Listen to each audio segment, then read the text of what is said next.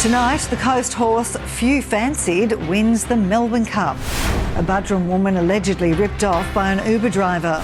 The Reserve Bank keeps interest rates on hold. Parents warned with snake bites on the rise. Live from the Sunshine Coast, this is 7 News with Joanne Desmond.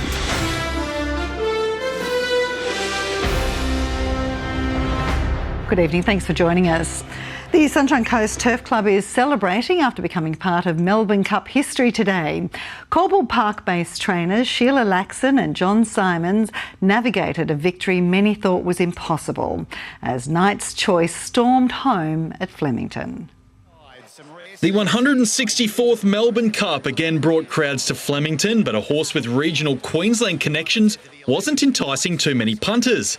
He was an honest effort last time in the Bendigo Cup. He's got to make up a fair bit of ground on Sea King, though. He's entitled to be a price. Knight's Choice at one stage this morning was 101-1, but in the famous final stretch, something special was brewing for the 5-year-old gelding. Knight's Choice is coming through at any old price, and Warp Speed as well. Zardozi grabbed by Knight's Choice and Warp Speed coming at him. Knight's Choice, Warp Speed, they hit the line. It's a photo finish. Knight's Choice, I reckon's one from Warp Speed. A few nervous minutes followed until Knight's Choice is the winner. Robbie Dolan for John Simons and Sheila Laxon. It is a rank outsider. the upset, one for the ages. It was also the first time Queensland-based Irish jockey Robbie Dolan was racing in the Cup, and what a debut. I watched every Melbourne Cup for the last 40 years the other night, and I just thought my best chance is if I get him to stay the trip and hopefully he can rattle home. Warp Speed was second, Okita Sushi third, and for those in office sweeps, Just Fine ran last. Luke McGarry, 7 News. And racegoers were having plenty of fun across the coast today. People from all walks of life joined in the Melbourne Cup celebrations with plenty of food, drinks, fascinators and wins. It was a double celebration for residential aged care home Rockpool Pelican Waters, marking the centre's first anniversary on Melbourne Cup Day. Residents scrambled to make last-minute additions to their outfits. It was just a last-minute bit of stupidity. Yeah, I found it in the wardrobe last night. Before taking to the red carpet for fashions on the field. We get treated like queens. Racegoers at Sunshine Coast Turf Club were also strutting their stuff. A big part of Melbourne Cup Day. People love the fashion and dressing up. Before the real race began. The unique point of difference here is you can actually enjoy live racing, plus all the action from Flemington and all the other venues that race on today. Well, it's the race that stops the nation, but it's certainly not stopping the 4,000 people gathered here today. And it was certainly a reason to celebrate. Sunny Coast horse Knight's Choice came from nowhere to claim a win for the history books. There's a winner, yes we have, $1,400. I'll tell you now, we've got good horses up here, right? Back the winner, job done. We're choosing an Irish horse or a Kiwi horse or something, but good on the Sunshine Coast for having it, isn't it? Jodie Clark, 7 News. And in other news, a Budrum woman claimed she was ripped off by a Coast Uber driver after a night out with friends. She says the man allegedly demanded she pay an additional cash fee before he would take her home. Monique Corbett ran into issues trying to get her rideshare home from Ocean Street. It was difficult to get Uber because they kept on cancelling. And then I finally got one. The driver then allegedly demanded cash up front. His window was open and I said to him, "Can you please let me in? You're my Uber." And he said $50. And I said, "What do you mean $50? I booked you, I'm paying you already." When she refused to pay an additional fee. And he cancelled my Uber then and there. She has since reported it to the company. Other locals have recently taken to social media with similar issues. One post claiming a person transferred $350 into a driver's bank account out of fear they'd be left on the side of the road. That they're charging extra for cash in order to get it and that they are cancelling rides. It's a lot more scary, I feel, especially from a woman as well. They know which ones are worth more and which ones are worth less, and they kind of pick and choose. And there's a lot of them have all the apps. But in a statement, Uber says fraudulent activity such as encouraging riders to pay cash in exchange for a trip is a clear breach of its community guidelines. And that it encourages riders to report this behaviour so the company can take action. Rebecca Jensen, 7 News. Mortgage holders who were hoping for some Christmas cheer today are disappointed after the Reserve Bank kept interest rates on hold at 4.35%. The decision comes as the inflation rate was slowly falling within the RBA's target range of 2 to 3%. It reflects the progress that we are making together in the fight against inflation. But most economists believe an interest rates cut is expected early next year. We could soon see sweeping changes to the way the Australian healthcare system operates. It's part of a landmark review into our health heroes and how they're currently hamstrung by red tape. Cutting out the middleman could be the way of the future for healthcare. For the poor GPs that are swamped at the moment, it would be good to be able to relieve that pressure for them. Patients treated at some allied health services are currently sent back to the GP if they need a referral to see a specialist. Currently, the GPs are inundated with patients for every situation that's going on, and it's so congested. It would be much easier, obviously, if our patients could just go directly to the surgeons. Now, a landmark report has found removing barriers like this will improve access to regional healthcare. But also for the patients to just have the ability to get into your specialists a lot quicker. It'll alleviate some pressure from our overwhelmed general practitioners, but not everyone thinks it's a good idea. The risk with this report is that we'll get siloed off, have a two-tier health system and really not share information or share knowledge about patients. It's now up to the federal government to action all or some of the 18 recommendations. Health Minister Mark Butler says much of the advice requires states and territories and other organisations to jump on board, but a timeline for those discussions is still up in the air. Just because it is a review and there are recommendations doesn't mean it will be adopted nor implemented. Claire Sienta, 7 News. Stephen Miles will continue to lead Queensland Labor after being elected unopposed as the new opposition leader. But the shadow cabinet has had a shake-up, with 4 new MPs voted into roles. Tom Smith, Joan Pearce, Corinne McMillan and Linus Power.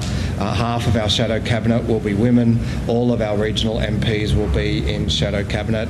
Stephen Miles says he'll now focus on holding the new LNP government to account and working to reconnect with Queenslanders. It's the party's first time in opposition in more than 10 years. Parents are being urged to educate their young children about the dangers of snakes. The reptiles are becoming more active as the weather warms up, with an alarming number of Queenslanders having been bitten. This slithery hitchhiker made for a terrifying road trip. And this little face came up in front of the windscreen and I just went, snake! The tiny tree snake caused Fran, her sister and a friend to pull over at least 3 times. And invite it to get out, but it didn't want to get out. Snake season runs from September until April, and in the first 4 days of November, paramedics have already responded to at least 9 reports of snake bites across the state. A 2-year-old boy was recently bitten on the foot by an eastern brown in South Australia while going down a slide. It's still unclear whether babies are born with a fear of snakes or develop it. Professor Otmar Lipp says different parenting styles may explain why people show different levels of fear. The best predictor of children's fear of anything is the response that the parents show. Parents are being encouraged to explain the risks of snakes. Teaching children from an early age how dangerous they can possibly be is a very good thing. Because you never know where they might appear. Connor Alforque, 7 News. And ahead tonight in 7 News, Nambour Cinema revived by a new owner. And a cat that enjoys plenty of pats ready for a new home.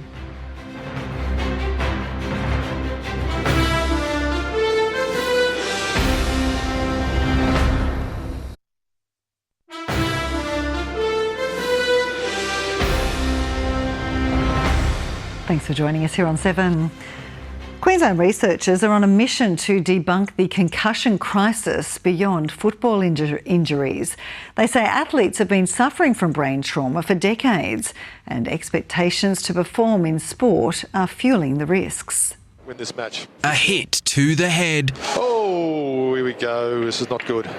can have life-changing consequences for athletes. Professional or amateur, concussions don't discriminate. These are people who are playing the same games but without the same level of monitoring. Fell off a motorbike out west, checking waters, pretty much plowed in the ground, yeah. Researchers at UQ say concussions are linked to diseases like Parkinson's and dementia. And those concerns and those crises have been quashed. Today, there's more attention on brain damage and footballers, but increased pressure to perform in contact sports is widespread, especially in Australia. There's a lot of really interesting cultural factors that go into shaping the way Australians play sport as well. Professor Stephen Townsend says there are hidden victims of concussions too. An athlete using brain trauma as an excuse or to reduce their culpability. Now the research is hoped to give the crisis new momentum to protect all of those at risk. Especially when you have kids and stuff, you know, because you want their brains to be working the best they can. Tom Duffy, 7 News. Movie lovers are in for a treat. Nambour Cinema is set to reopen months after previous owners, Majestic Cinemas, entered voluntary administration. The venue is now managed by Luke Warburton, who also owns cinemas in Bribie Island and Caloundra. He says major upgrades are underway to the facilities and the doors could be open as early as the end of the month. Four Paws Animal Rescue is on the hunt for a cat whisperer who can adopt and train a mischievous 4-year-old ragdoll cross. Carers say Simi loves attention but may be a little misunderstood. Simi loves people. He will give you a head bump. He loves a pat. The 4-year-old was surrendered to the pound before coming into Four Paws care. Now he's up for adoption. We're told at times he can get a little overstimulated. We're looking for a cat whisperer for this boy. He has some behavioural issues, so he's been with us here at the cattery for a while. His new owners need to be experienced with cats. He's a bit misunderstood, is Simi. And preferably have no children or other animals. Somebody who's prepared to have him for the next 11, 12 plus years. Simi is going to need time just to be himself and let him be when he gets to your home. As for our last pets of the week, Anna and Prince, the bonded pair of poodles, are still in need of a forever family. Please go to our website. It's fourpawsanimalrescue.org.au and that's 4 with the number 4. Rebecca Jensen, 7 News. We hope they can all find a home soon. Sure, it won't be long, Joe. All right, let's have a look at sport. And what are we talking about? 2 Coast trainers, they're the Melbourne Cup winners. Still cannot believe it, Joe. What an afternoon and what a moment it was at Flemington. After the break, we'll hear more from Sheila Laxon and John Simons after that stunning win by Knight's Choice. And the Sunshine Coast Fire's managing director addresses rumours about the club's future.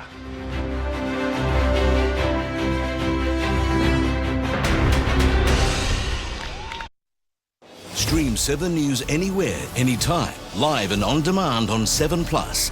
And with 7news.com.au, you'll know the news now. And welcome back. Well, as we saw earlier, a Corbald Park-based horse and training team have etched their names into the Melbourne Cup history books with an underdog victory for the ages at Flemington. Knight's Choice took out the great race in a photo finish. Not bad for a horse that won the Winx Guineas just last year at Caloundra. What a moment this was at Flemington. Knight's Choice is coming through at any old price, and Warp Speed as well. Zardozy grabbed by Knight's Choice and Warp Speed coming at it. Knight's Choice, Warp Speed, they hit the line. It's a photo finish. Knight's Choice, I reckon's one from Warp Speed. One stage paying 101-1, the Coast training connection of Sheila Laxon and John Simons will now return to Corbald Park with Knight's Choice as a Melbourne Cup winning team. You know what's great? I love it being done for the Australians. You know, the Australians have always done it, and Robbie's Australian now as well, so I'm thrilled to win the Cup. For Laxon, it was her second Cup victory. 23 years ago, she did it as a then visitor from New Zealand. But this one was extra special, and one her team back in Caloundra will continue to celebrate. It's just a small group of people, but it's, you know, I mean, they're just so thrilled. We're all a bit gobsmacked that the winners come from the sunny coast, so it's a great thrill for the club. That's what we're all about, supporting our trainers, and yeah, for John and Sheila. Knight's Choice won the Winx Guineas at Corbald Park last year, but this was the ride of its life. Can you believe it? Yes. We wouldn't have been here if we didn't think we could.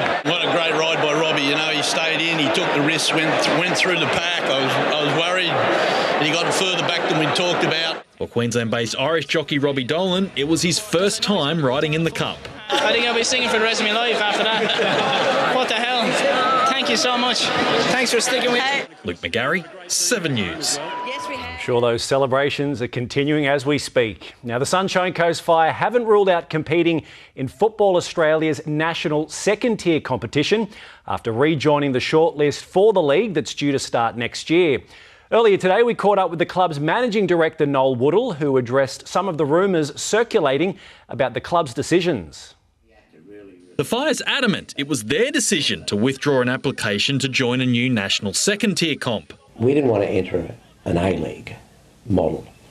The A-League model has honestly struggled, particularly in recent times. But the relationship between the Fire and Football Queensland isn't healthy after they removed them from all FQ competitions last season. The Sunshine Coast Club has since become an accredited body within the English FA, where they're set to compete in junior Premier League comps. They even have a UK headquarters. It is our hope that once our selected players play in the UK, they will play as Sunshine Coast FC UK. We're looking at other places in Asia as well, so it's pretty exciting. It's going to give plenty of players a lot of opportunities. But back home plans are still in place for the NST to kick off October next year. And whether the Fire take part remains their decision after they rejoin the shortlist with Football Australia's blessing. At the end of the day, you've got to be viable and you've got to survive. We get in there, we intend to stay, we intend to win, we intend to push our players through. Luke McGarry, 7 News. And the Brisbane Heat are tonight in Perth for the first of 2 WBBL games this week in the West, and they're now without both of their Sunshine Coast Scorchers. Michaela Wrigley was still unavailable for selection under Cricket Australia's mandatory concussion stand-down policy, which is for a 10-day period. But Lucy Hamilton couldn't make the trip because she's sitting more of her grade 12 exams this week. The Heat, who are coming off their first loss of the season, will face the Scorchers this evening and then the Sydney Thunder on Thursday. The pair should be available, though, for Saturday's big home game at the Gabba. Now, Jo, did you get my text message this morning? I told you to get on Knight's Choice, 101 to 1. Yeah. It was a sure thing. Yeah. You didn't get that? Sorry, I didn't get that. Your loss. I think I came last. Yeah, what a story it was, though. What a day, Jo. Awesome. Thank you. Thanks for that, Nate. Stay with us after the break. Livio joins us and he'll have all the details on the weather for us.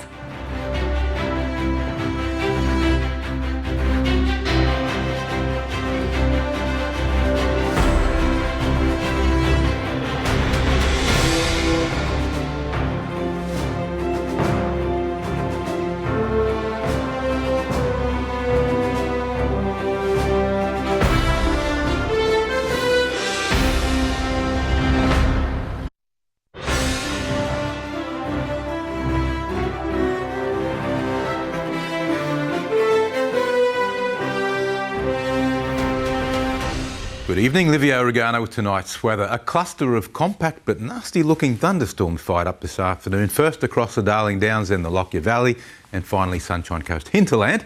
A few of them severe enough to warrant a warning from the bomb. The next 2 days will be less eventful but very, very warm. At the airport today, our top temp was 30 degrees after a low this morning of 19, around about the midsummer average. Nambour hit a high of 33 and Gympie 34. On the satellite loop, most of the state's been clear, but like I said earlier this afternoon, that line of storms got going over the Darling Downs, and progressively as the hours flew by, we now have storms sitting on the Blackall Range again and threatening even Gympie, although they may not quite make it to the coast. So just keep your eyes open for the changes in the warnings. At the moment, there is one current. Let's look at today's chart. You can see that there's a trough extending right through Western Queensland, and the lower end is moving into the Darling Downs. Ahead of this trough, equatorial air is being drawn right down as a northwesterly wind, and there's a heat wave warning right across southern Queensland, not including us, but certainly including the Darling Downs.